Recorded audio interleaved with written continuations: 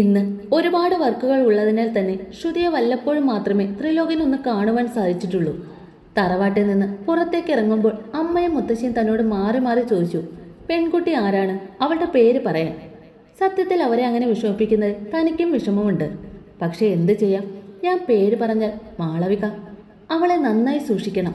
മുറിവേറ്റ പാമ്പാണ്, ഏത് നിമിഷം വേണമെങ്കിൽ തിരിഞ്ഞു കൊത്തും. അതുകൊണ്ട് മാത്രമാണ് വിവാഹ ദിവസം തൻ്റെ പെണ്ണിനെ കണ്ടാൽ മതിയെന്ന് തൻ്റെ ഉറപ്പിന്മേൽ പിന്നീട് അവരൊന്നും പറയാതിരുന്നത്. ഓരോ ചിന്തകളിലാണ്ടിരുന്നു ത്രിലോക്.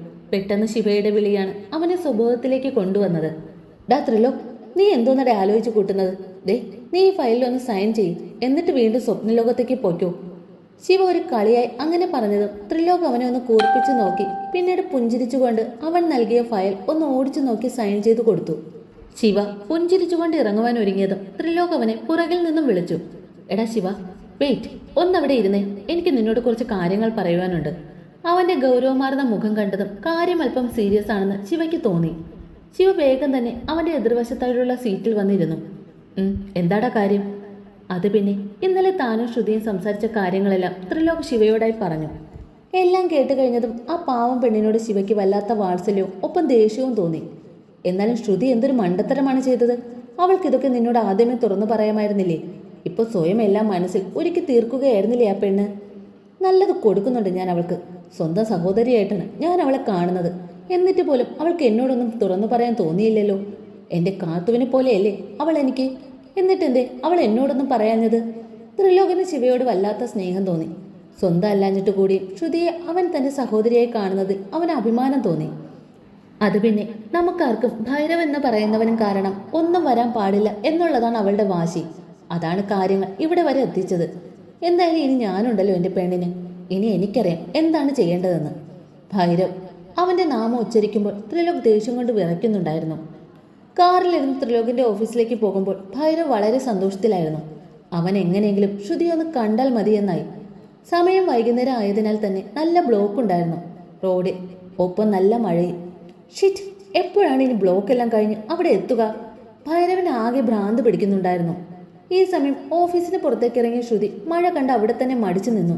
ശ്രുതി ഓർക്കുകയായിരുന്നു ഇന്നലെ രാത്രി ത്രിലോകുമായി സംസാരിച്ചതും പിന്നെ അവന്റെ ചുടുചുംബനോ. ശ്രുതിയുടെ കൈവിരലുകൾ അറിയാതെ അവളുടെ ചുണ്ടിലേക്ക് ചെന്ന് ചേർന്നു.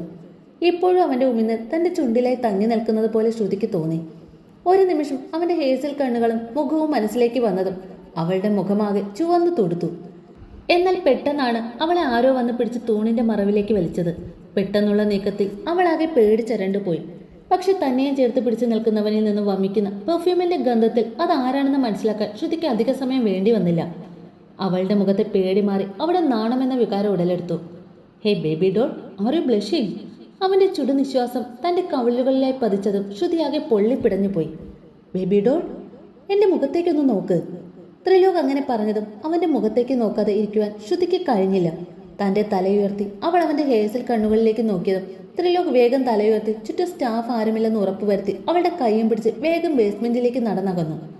കാറിൽ ത്രിലോകിന്റെ കൂടെ പോകുമ്പോൾ ശ്രുതി എവിടേക്കാണ് തങ്ങൾ പോകുന്നതെന്ന ചോദ്യം അവനോട് ചോദിച്ചില്ല. കാരണം അതിന്റെ ആവശ്യമുണ്ടെന്ന് ശ്രുതിക്ക് തോന്നിയില്ല. അത്രയ്ക്ക് വിശ്വാസമായിരുന്നു ത്രിലോകിനെ ശ്രുതിക്ക്. ത്രിലോകിന്റെ തന്നെ സ്വന്തം TK മോളിലേക്കാണ് ത്രിലോക് വണ്ടി കയറ്റി നിർത്തിയത്. കാർ പാർക്കിങ്ങിൽ വണ്ടി നിർത്തിക്കൊണ്ട് ശ്രുതിയോടായി പറഞ്ഞു അവൻ. ശ്രുതി, നീ ഇവിടെ ഇരിക്കെ, ഞാനിപ്പോൾ വരാം. അവളെ നോക്കി ഒറ്റ കണ്ണിറുക്കിക്കൊണ്ട് ത്രിലോക് പതിയെ പുറത്തേക്ക് ഇറങ്ങി പോകുന്നത് ശ്രുതി നോക്കി നിന്നു. എങ്ങോട്ടാണ് പോകുന്നത്, എന്തിനാണെന്ന് ചോദിക്കണമെന്നുണ്ടെങ്കിലും പിന്നീട് അവനത് ഇഷ്ടപ്പെട്ടില്ലെങ്കിലോ എന്ന് കരുതി ശ്രുതി കാറിൽ തന്നെ ഇരുന്നു. കാറിൽ നിന്ന് മുഷിഞ്ഞ ഭൈരവിന് ആകെ ദേഷ്യം വരുന്നുണ്ടായിരുന്നു. ആ സമയമാണ് അവന്റെ റൈറ്റ് സൈഡിലേക്ക് കാണുന്ന ആ വലിയ മാൾ അവന്റെ ശ്രദ്ധയിൽപ്പെട്ടത്. ഡ്രൈവർ, അങ്ങോട്ടേക്ക് വണ്ടി എടുക്ക്. സർ, നമ്മൾ ശ്രുതി മാഡത്തിനെ കാണാൻ പോവുകയല്ലേ, പിന്നെ എന്തിനാണ് ഇപ്പോൾ ഷോപ്പിംഗ് മാളിലേക്ക് വണ്ടി കയറ്റുന്നത്? അത് പിന്നെ ശ്രുതിയെ കുറച്ച് നാളുകൾക്ക് ശേഷമല്ലേ കാണുന്നത്, അവൾക്ക് എന്തെങ്കിലും ഗിഫ്റ്റ് വാങ്ങണം. അങ്ങനെ പറഞ്ഞതും അവന്റെ PA അവനെ നോക്കി പുഞ്ചിരിച്ചു. പതിവില്ലാതെ ശ്രുതിയുടെ ഹൃദയം വല്ലാതെ മിടിക്കുന്നുണ്ടായിരുന്നു. എന്തോ അകാരണമായത് സംഭവിക്കാൻ പോകുന്നത് പോലെ. മുഖമെല്ലാം വിയർപ്പ് കണങ്ങൾ പൊടിഞ്ഞു. പക്ഷെ അതെന്തിനാണെന്ന് മാത്രം അവൾക്ക് മനസ്സിലാകുന്നില്ലായിരുന്നു. എൻ്റെ കൃഷ്ണ, ഇപ്പോൾ വരാമെന്ന് പറഞ്ഞപ്പോൾ ത്രിലോകിനെ കാണുന്നില്ലല്ലോ, എത്ര സമയമായി പോയിട്ട്.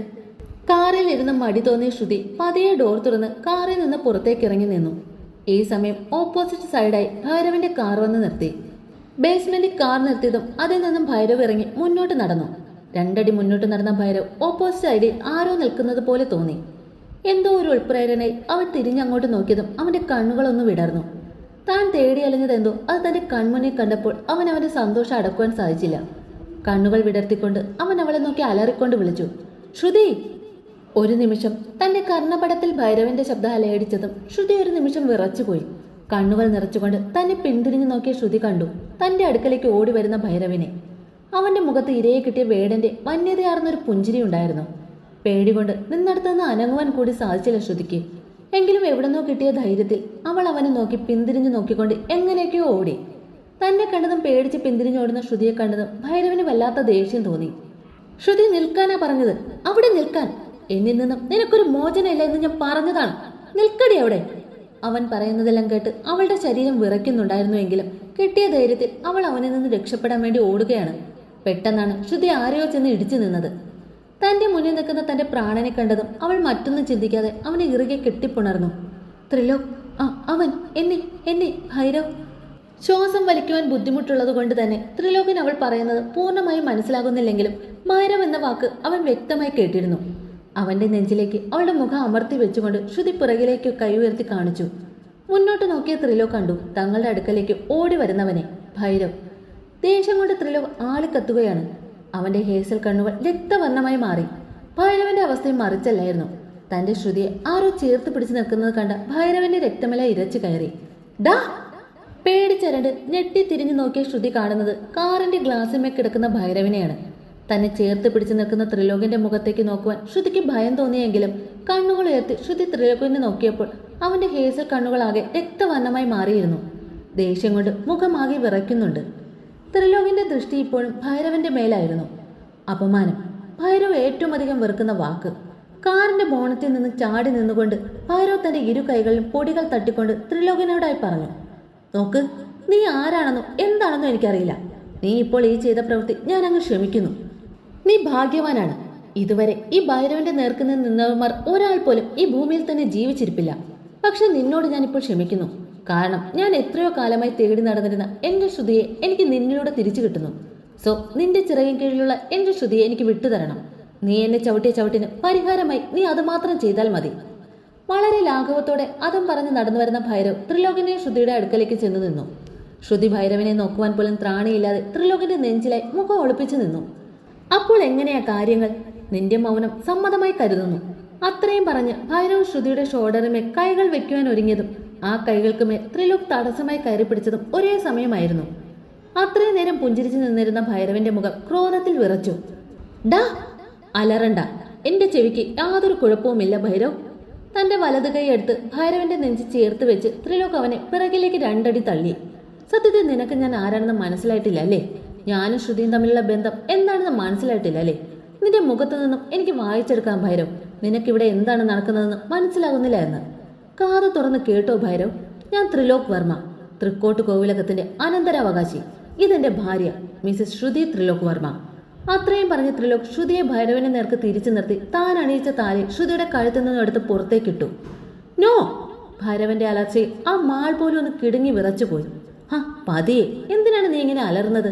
നിനക്ക് എന്റെ ശ്രുതിയോട് തോന്നുന്നത് പ്രണയമല്ല, നിന്റെ വാശി നേടണമെന്ന് നീ ആഗ്രഹിക്കുന്ന ഒരു വസ്തു, അത് മാത്രമാണ് നിനക്ക് ശ്രുതി. നീ ഒരു കാര്യം മനസ്സിലാക്കണം ഭൈരവ്, ശ്രുതി എന്റെ ഭാര്യയാണ്. നട്ടിലുള്ള ഒരാണൊരുത്തനും തന്റെ ഭാര്യയെ മറ്റൊരുത്തനും കൊടുക്കില്ല.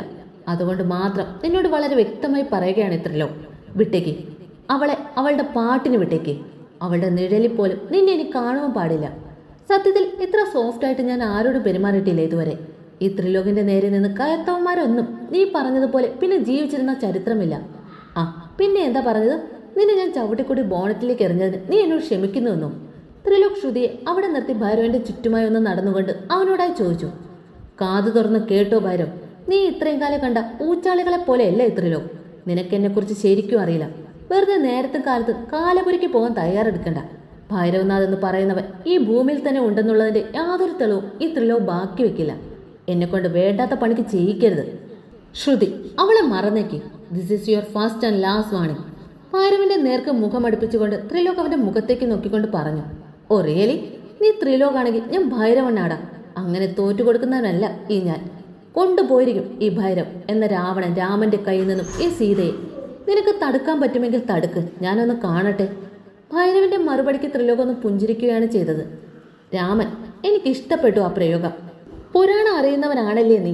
രാമായണത്തിൽ അവസാനം രാവണന് എന്ത് പറ്റിയെന്ന് കൂടി ചിന്തിക്കുന്നത് നല്ലതാണ്. നോക്കാം ആർക്കാണ് വിജയമെന്ന്. ഭൈരവന്റെ മുഖത്ത് നോക്കി പറഞ്ഞു ത്രിലോക്. വിജയ് ഈ ഭൈരവന് തന്നെയാണെങ്കിലും അതൊന്നുകൂടി ഊട്ടിയുറപ്പിക്കണമല്ലോ ത്രിലോക്.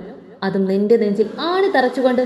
കാണണം ആരുടെ നെഞ്ചിലാണ് ആണി തറയ്ക്കുന്നത് നമുക്ക് കാണണം, കണ്ടിരിക്കും. ത്രിലോക് ഭൈരവന്റെ മുഖത്തേക്ക് നോക്കി പറഞ്ഞു. പരസ്പരം മുഖത്തോട് മുഖം നോക്കി പോരി വിളിക്കുന്നവരെ കണ്ട് ശ്രുതി വിറങ്ങലിച്ച് നിന്നുപോയി. ശ്രുതിയെ നോക്കി ഒന്ന് പുഞ്ചിരിച്ചുകൊണ്ട് ഭൈരവ് നടന്നു നീങ്ങി. സൺഗ്ലാസ് എടുത്ത് ഭൈരവ് അവന്റെ കണ്ണുകളിൽ വെക്കുമ്പോൾ ആ മുഖമെല്ലാം ദേഷ്യം കൊണ്ട് വലിഞ്ഞു മുറുകിയിരുന്നു. ഭൈരവ് നടന്നു ചെന്ന് കാറി കയറുമ്പോഴും വിടാതെ ഭൈരവിന്റെ കണ്ണുകൾ ശ്രുതിയിൽ തന്നെയായിരുന്നു. ഇത് കണ്ട് ത്രിലോക് ശ്രുതിയെ തന്റെ പിറകിലേക്ക് മറച്ചു വെച്ച് അവൻ അവൾക്ക് മുന്നിൽ ഒരു കവചമായി വന്ന് നിന്നുകൊണ്ട് ഭൈരവനെ തന്നെ ഉറ്റുനോക്കിക്കൊണ്ടിരുന്നു. ആ സമയം ഭൈരവന്റെ മുഖത്തൊരു പുച്ഛച്ചിരിയാണെങ്കിൽ ത്രിലോകിന്റെ മുഖം ദേഷ്യം കൊണ്ട് വിറയ്ക്കുന്നുണ്ടായിരുന്നു. ആ സമയം ഭൈരവനെ കൊല്ലുവാനുള്ള ദേഷ്യം അവന്റെ മനസ്സിലുണ്ടെന്ന് ശ്രുതി മനസ്സിലാക്കി. കാറിന്റെ നിശബ്ദത ശ്രുതിയെ വല്ലാതെ അലോസരപ്പെടുത്തുന്നുണ്ടായിരുന്നു. ഇത്രയും സമയമായിട്ട് ത്രിലോക് തന്നോടൊന്ന് സംസാരിക്കുക കൂടി ചെയ്തിട്ടില്ല. അവൾക്ക് തന്റെ നെഞ്ചെല്ലാം പടപടാന്ന് മിടിക്കുന്നത് പോലെ തോന്നി. കണ്ണുകൾ നിറഞ്ഞു തൂവി. ഇനിയും പിടിച്ചു നിൽക്കാൻ പറ്റില്ല എന്ന് കണ്ടതും ശ്രുതി വിങ്ങിപ്പൊട്ടി കരഞ്ഞുപോയി. ഈ സമയമെല്ലാം ത്രിലോക് കാർ ഓടിക്കുന്നുണ്ടെങ്കിലും അവന്റെ ചിന്ത മുഴുവൻ ഭൈരവ് അവനോട് പറഞ്ഞ വാക്കുകളെ കുറിച്ചായിരുന്നു. പെട്ടെന്നാണ് ശ്രുതിയുടെ കരച്ചിൽ അവന്റെ കാതിലേക്ക് തുളച്ചു കയറിയത്. തിരിഞ്ഞു നോക്കി ത്രിലോക് കാണുന്നത് കൈകൾ കൊണ്ട് മുഖം മറച്ചു പിടിച്ച് വിങ്ങിപ്പൊട്ടി കരയുന്ന ശ്രുതിയെയാണ്. ത്രിലോക് വേഗം കാർ സൈഡിലാക്കി നിർത്തി. ഒരു വിജനമായ ഹൈവേ ആയിരുന്നു അത്. പക്ഷെ എന്തൊരു മനോഹാരിതയുണ്ട് ആ പ്രദേശം കാണുവാൻ തന്നെ. പ്രകൃതിയുടെ സൗന്ദര്യം കൂട്ടുവാൻ എന്നോണം ഭൂമിയിലേക്ക് മഴ ഇരച്ചു പെയ്തുകൊണ്ടേയിരുന്നു. വണ്ടി നിർത്തി സ്റ്റിയറിംഗിൽ അല്പനേരം തല ചേർത്ത് വെച്ചുകൊണ്ട് ത്രിലോക് കണ്ണുകൾ അടച്ചിരുന്നു. പെട്ടെന്ന് ശ്രുതി ഒന്ന് ഞെട്ടിപ്പോയി. തന്നെ ആരോ പിടിച്ച് വലിക്കുന്നത് പോലെ അവൾക്ക് തോന്നി. അത് തന്റെ ത്രിലോകാണെന്ന് മനസ്സിലാക്കുവാൻ അവൾക്ക് അധിക നേരം വേണ്ടി വന്നില്ല. അവന്റെ നെഞ്ചിൽ മുഖം ചേർത്തവൾ വിങ്ങി പൊട്ടിക്കരഞ്ഞു. എന്നോട് മിണ്ടാതിരിക്കില്ലേ ത്രിലോക്. ഞാനൊരു കുറ്റവും ചെയ്തിട്ടില്ല. ഭൈരവ്, നിനക്കെന്നെ വിശ്വാസമല്ലേ? അവൾ എന്തോ പറയുവാൻ വന്നെങ്കിലും അതിന് തടസ്സം സൃഷ്ടിച്ചുകൊണ്ട് ത്രിലോക് അവളുടെ ചുണ്ടുകളെ സ്വന്തമാക്കി. ഇത്തവണ ത്രിലോകിനൊപ്പം തന്നെ ശ്രുതിയും അവന്റെ ചുണ്ടുകളിലെ മാധുര്യം അറിഞ്ഞു തുടങ്ങിയിരുന്നു. പുറത്തു പെയ്യുന്ന മഴയിൽ ഇരുവരുടെയും ശരീരം ചൂടുപിടിച്ചു. ഏതോ ഒരു സമയത്ത് അവളുടെ സാരി മാറി നിന്ന് തെന്നി മാറി. ത്രിലോക് ഒറ്റ കുതിപ്പിന് ശ്രുതിയെ എടുത്ത് തന്റെ മടിയിലേക്കായി ചേർത്തിരുത്തി. ഒരു നിമിഷത്തെ അവന്റെ പ്രവൃത്തിയിൽ അവൾ പോലും ഞെട്ടിത്തെറിച്ചു പോയി. മാറി നിന്നും അഴിഞ്ഞു വീണ സാരിയും വിയർപ്പിനാൽ കുതിർന്ന മുഖവും ചുവന്ന ചുണ്ടുകളും തുടുത്ത കവിളുകളും അവിടെ ഓർന്നു വീണ് കിടക്കുന്ന മുടിയിഴകളും ശ്രുതിയുടെ ഭംഗിയെ ഒന്നുകൂടെ മികവുറ്റതാക്കി. തന്റെ മടിയിലായി തന്നോട് ചേർന്ന് മുന്നിലിരിക്കുന്ന അവളെ കാണും തോറും ത്രിലോകിന് തന്റെ രക്തമെല്ലാം ചൂടുപിടിക്കുന്നുണ്ടായിരുന്നു. ശ്രുതിയുടെ അവസ്ഥയും മറിച്ചല്ലായിരുന്നു. അവന്റെ ഹേസൽ കണ്ണുകളിലേക്ക് നോക്കുമ്പോൾ തനിക്ക് തന്നെ നഷ്ടപ്പെടുന്നത് പോലെ ശ്രുതിക്ക് തോന്നി. സമയം കടന്നു പോകുന്നത് അറിയാതെ ഇരുവരും പരസ്പരം കണ്ണുകളിലേക്ക് നോക്കി തന്നെ ഇരുന്നു. അവരുടെ പ്രണയ സമാഗമത്തിന് മാറ്റുകൂട്ടാൻ എന്നോണം അപ്പോഴും മഴ പ്രകൃതിയിൽ തിമിർത്ത് പെയ്യുന്നുണ്ടായിരുന്നു. ത്രിലോകിന്റെ മുഖവും അവന്റെ കൈകളും ശ്രുതിയുടെ ശരീരത്തിൽ ഓടി അലഞ്ഞു. അവളുടെ കുഞ്ഞു ചുണ്ടുകളെ അവൻ സ്വന്തമാക്കി. രണ്ടുപേർക്ക് ശ്വാസതടസ്സം തോന്നിയതും പരസ്പരം ചുണ്ടുകളെ വേർപെടുത്തിയതും ത്രിലോകിന്റെ മുഖവും ചുണ്ടുകളും ശ്രുതിയുടെ വെണ്ണക്കൽ ചങ്കു പോലുള്ള കഴുത്തിലേക്ക് ചേർന്ന് നിന്നു.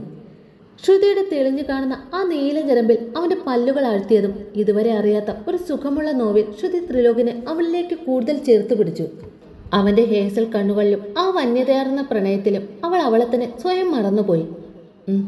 അവളിൽ നിന്ന് ഉയർന്ന ശീൽക്കാര ശബ്ദം ത്രിലോകിന് അവളെ അറിയാൻ കൂടുതൽ വെമ്പൽ പൂണ്ടു. പെട്ടെന്നാണ് ഇടിവെട്ടിയത്.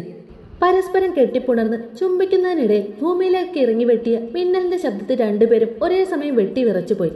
സ്വഭാവത്തിലേക്ക് വന്ന ശ്രുതിയും ത്രിലോകം പരസ്പരം നെറ്റികൾ മുട്ടിച്ചുകൊണ്ട് ശ്വാസം വലിച്ചുവിടാൻ നന്നേ പാടുപെട്ടു. ആ കാറിനുള്ളിൽ അവരുടെ ശ്വാസനിശ്വാസങ്ങൾ ഉയർന്നു താഴ്ന്നുകൊണ്ടേയിരുന്നു. ത്രിലോക്, ശ്രുതി, ഒന്നും പറയണ്ട. നീ എന്റെയാ, ഈ ത്രിലോകിന്റെ പെണ്ണ്. ഭൈരവ് എന്നല്ല ഒരുവനും നിന്നെ ഞാൻ വിട്ടുകൊടുക്കില്ല. ഈ ജന്മത്തിലെന്നല്ല, ഇനിയുള്ള ജന്മങ്ങളും നീ തന്നെയായിരിക്കും ഈ ത്രിലോകിന്റെ പെണ്ണ്. സോറി മോളെ, ഒരു നിമിഷം അവൻ അവളുടെ മുഖത്തേക്കും അവളുടെ ശരീരത്തിലേക്കും നോക്കിക്കൊണ്ട് ദയനീയതയോടെ പറഞ്ഞതും ബാക്കി പറയാൻ അനുവദിക്കാതെ ശ്രുതി അവന്റെ ചുണ്ടുകൾക്കുമേൽ തന്റെ കൈകൾ വെച്ച് തടസ്സം തീർത്തു. അരുത്, അങ്ങനെയൊന്നും പറയരുത്. എനിക്കിഷ്ടമാ എന്റെ ത്രിലോകിനെ. നീ ഇല്ലാതെ എനിക്കൊരു നിമിഷം പോലും ജീവിക്കാൻ പറ്റില്ല. എന്തിനു പറയുന്നു, ഇപ്പോൾ പോലും നിന്നിലേക്ക് അലിഞ്ഞു ചേരുവാൻ ഞാൻ ആഗ്രഹിക്കുന്നു. എല്ലാ അർത്ഥത്തിലും നിന്റെ ഭാര്യയാകുവാൻ ഞാൻ ആഗ്രഹിക്കുന്നു. പക്ഷെ വേണ്ട, എല്ലാവരുടെയും അനുഗ്രഹം വാങ്ങിയിട്ട് സന്തോഷത്തോടെ വേണം നമുക്ക് ഒരുമിച്ചൊരു ജീവിതം തുടങ്ങുവാൻ. തന്റെ മനസ്സിലുള്ള കാര്യം ശ്രുതി അവന്റെ മുഖത്ത് നോക്കി പറഞ്ഞതും ആദ്യമായി ത്രിലോകിന്റെ കണ്ണുകൾ ഈറനണിഞ്ഞു. അവൻ അവളെ പിടിച്ച് തന്നിലേക്ക് വലിച്ചിട്ട് അവളെ ഇറുക്കി കെട്ടിപ്പുണർന്നു. ഒരു ദുഷ്ടശക്തിക്കും വിട്ടുകൊടുക്കില്ല എന്ന പോലെ. കാറിൽ നിന്ന് ഇറങ്ങിയ ശ്രുതി ആരെയും നോക്കാതെ തറവാട്ടിലേക്ക് കയറിപ്പോയപ്പോൾ തൊട്ടുപിറകെയായി കാർ ലോക്ക് ചെയ്തുകൊണ്ട് ത്രിലോകം അകത്തേക്ക് കയറി. അവൻ അകത്തേക്ക് കയറുമ്പോൾ മാളവിക അവനെ തന്നെ നോക്കി അവിടെ നിൽക്കുന്നുണ്ടായിരുന്നു. പക്ഷെ അവളെ ഗൗനിക്കാതെ അവൻ മുകളിലേക്ക് കയറുവാൻ പോയതും പുറകിൽ മാളവികയുടെ വിളി വന്നതും ഒരേ സമയമായിരുന്നു. ത്രിലോക്, ഒന്നവിടെ നിന്നേ. അവൾ തന്നെ വിളിച്ചത് തീരെ ഇഷ്ടപ്പെട്ടില്ലെങ്കിലും എന്താണ് അവൾക്ക് പറയാനുള്ളത് എന്നറിയുവാൻ വേണ്ടി ത്രിലോക് അവളെ നോക്കി പിന്തിരിഞ്ഞു തന്റെ ഇരു കൈകളും പാന്റിന്റെ പോക്കറ്റിൽ ഇട്ടുകൊണ്ട് അവളെ നോക്കി നിന്നു. വാട്ട്, എവിടെയായിരുന്നു നീ ഇത്രയും നേരം? അല്ല, നീ എന്താ ശ്രുതിയുമൊത്ത്? അവൾക്ക് വരാൻ എംപ്ലോയീസിന്റെ വാനില്ലേ? പിന്നെ നീ എന്തിനാണ് അവളെയും കൂട്ടി വരുന്നത്? അതെല്ലാം പോട്ടെ, സമയം എത്രയായി? ഇത്രയും നേരം നിങ്ങൾ എവിടെയായിരുന്നു? ദേഷ്യം കൊണ്ട് കത്തിജ്വലിച്ച് നിൽക്കുന്ന മാളവികയുടെ അടുത്തേക്ക് ഒരു കുഞ്ഞു ചിരി ചുണ്ടിൽ വിരിയിച്ചുകൊണ്ട് ശാന്തമായ മുഖത്തോടെ നടന്നു ചെന്നു ത്രിലോക്. പിന്നീട് അവളെ നോക്കി ഒരു പുച്ഛച്ചിരി ചിരിച്ചുകൊണ്ട് അവളോട് ചോദിച്ചു അവൻ, ഇതൊക്കെ ചോദിക്കാൻ നീ ആരാടി എന്റെ? ആഫ്റ്റർ ഓൾ നീയും നിന്റെ അമ്മയുമല്ല ഈ തറവാട്ടിൽ വെറും അതിഥികൾ മാത്രമാണ്. തൃക്കോട്ട് കോവിലക എന്റേതാണ്. ഇതിന്റെ എല്ലാം അടുത്ത അനന്തരാവകാശി ഞാനാണ്. ആ എന്നെ ചോദ്യം ചെയ്യാൻ മാത്രമൊന്നും നീ വളർന്നിട്ടില്ല. ഞാൻ എവിടെ പോകണം, എങ്ങനെ പോകണം, എന്റെ കൂടെ ആര് വേണമെന്നൊക്കെ തീരുമാനിക്കുന്നത് ഈ ത്രിലോകാണ്, അല്ലാതെ മാളവികയല്ല. ശ്രുതി, അവളെ ചിലപ്പോൾ ഞാൻ എന്റെ കൂടെ കൊണ്ടുപോവുകയും ചെയ്യും. അല്പം കൂടി മാളവികയുടെ അടുത്തേക്ക് നിന്നുകൊണ്ട് അവൻ അവളുടെ ചെവിയിലായി പറഞ്ഞു. ചിലപ്പോൾ ഞാൻ അവളെ അങ്ങ് കെട്ടുകയും ചെയ്യും, കൂടെ കിടത്തുകയും ചെയ്യും. നീ എന്ത് ചെയ്യുമടി?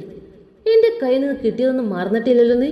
ത്രിലോക് മുറുകിയ മുഖത്തോടെ മാളവികയോട് ചോദിച്ചതും അവളൊന്ന് സത്യത്തിൽ പതറി. അറിയാതെ തന്നെ അവളുടെ ഇടത് കൈ കവളിനോട് ചേർന്ന് വന്നു. ഇത് കണ്ട ത്രിലോക് അവളെ നോക്കി പരിഹസിച്ചുകൊണ്ട് പറഞ്ഞു, ആ, അപ്പോൾ മാഡത്തിന് ഓർമ്മയുണ്ട്, അത് മതി. ആ, പിന്നെ മേലിൽ എന്റെ കാര്യങ്ങളിലൊന്നും ഇടപെടരുത്. എനിക്കത് ഇഷ്ടമുള്ള കാര്യമല്ല. എന്നെ ചോദ്യം ചെയ്യാനും ശാസിക്കാനും എനിക്കൊരു അമ്മയുണ്ട്, മുത്തശ്ശിയുണ്ട്, അച്ഛനുണ്ട്. അത് പോരാഞ്ഞ് അടുത്ത് തന്നെ എന്റെ ഭാര്യ ഇങ്ങ് വരും. അതുകൊണ്ട് മേലിൽ ഇമ്മാതിരി വർത്തമാനം പറഞ്ഞ് എന്റെ അടുക്കലേക്ക് വന്നാൽ. അവളുടെ നേരെ വിരൽ ചൂണ്ടി ഒരു താക്കീത് നൽകിക്കൊണ്ട് ത്രിലോക് കാറ്റുപോലെ മുകളിലേക്ക് കയറിപ്പോയി. മുറുകിയ മുഖത്തോടെ അവൻ പറഞ്ഞതെല്ലാം കേട്ടുകൊണ്ട് നിൽക്കുന്ന മാളവിക അവനെ കൊല്ലുവാൻ പോലും മടിയില്ലാത്തവളായി മാറുകയായിരുന്നു ആ സമയം. വിടില്ല ത്രിലോക്, നിന്റെ ഭാര്യ എന്ന് പറയുന്നവർക്ക് ആയുസ് കുറവാ. വിവാഹം കഴിഞ്ഞ് അന്ന് തന്നെ അവളെ ഞാൻ പട്ടടയിലേക്ക് എടുത്തിരിക്കും. അവളുടെ ശരീരം കത്തി അമരുമ്പോൾ അന്ന് തന്നെ നിന്നെ ഞാൻ സ്വന്തമാക്കിയിരിക്കും ത്രിലോക്. പറയുന്നത് മാളവികയാണ്, ഓർത്തു വെച്ചോ നീ. കണ്ണിൽ കനലിരിച്ചുകൊണ്ട് ത്രിലോക് പോയ വഴിയെ നോക്കി അവൾ മനസ്സിൽ പറഞ്ഞുകൊണ്ടേയിരുന്നു. മുകളിലെ മുറിയിൽ നിന്നും എല്ലാം തച്ചുടയ്ക്കുന്ന ശബ്ദം കേട്ടതും താഴെ നിൽക്കുന്ന ഭൈരവന്റെ ഗാർഡ്സ് എല്ലാം വിറച്ചുപോയി. ആർക്കും അവന്റെ അടുക്കലേക്ക് പോകുവാൻ തന്നെ ഭയം തോന്നി. അവന്റെ പിഎയിൽ നിന്നും കേട്ട വാർത്ത അത്ര നല്ലതല്ലാത്തത് കൊണ്ട് തന്നെ ഭൈരവന്റെ അടുക്കലേക്ക് ഗാർഡുകൾ ആരും തന്നെ പോയില്ല. മുറിയിലെ സകല സാധനങ്ങളും അടിച്ചു തകർത്തിരുന്നു ഭൈരവ്. പൊട്ടിയ കുപ്പികളിലൂടെ നടന്നത് അവന്റെ കാല് മുറിഞ്ഞ് രക്തം ഒഴുകുന്നുണ്ടായിരുന്നു. ദേഷ്യം കൊണ്ട് വിറച്ചു നിൽക്കുന്ന അവൻ കാലിൽ മുറിവ് പറ്റിയതൊന്നും അറിയുക കൂടി ചെയ്തില്ല. ശ്രുതിയെ ചേർത്ത് പിടിച്ചു നിൽക്കുന്ന ത്രിലോകന്റെ മുഖം ഓർമ്മ വന്നതും അവന്റെ കണ്ണുകളെല്ലാം രക്തവർണ്ണമായി ഞരമ്പുകളെല്ലാം എടുത്തു കാണിക്കുന്നുണ്ടായിരുന്നു ശരീരത്തിൽ നിന്നും. ഇല്ല ശ്രുതി, നീ എന്റെയാ, എന്റേത് മാത്രം. പ്രണയമല്ല ഭൈരവന് നിന്നോട്, പകയാണ്, പക. എന്റെ കാൽ ചൂട്ടി കിടക്കണം നീ, നിന്റെ ആയുസ് ഒടുങ്ങുന്നത് വരെ. അതുവരേക്കും നീ എന്റെ അടുക്കൽ തന്നെ ഉണ്ടാകണം. അതിന് തടസ്സമായി നിൽക്കുന്നവൻ ഏതവനായാലും കൊന്നു കുഴിച്ചു മൂടും ഈ ഭൈരവ്. ഭൈരവിന്റെ അലർച്ചയിൽ അവന്റെ ബംഗ്ലാവ് പോലും കിടുങ്ങി വിറച്ചുപോയി.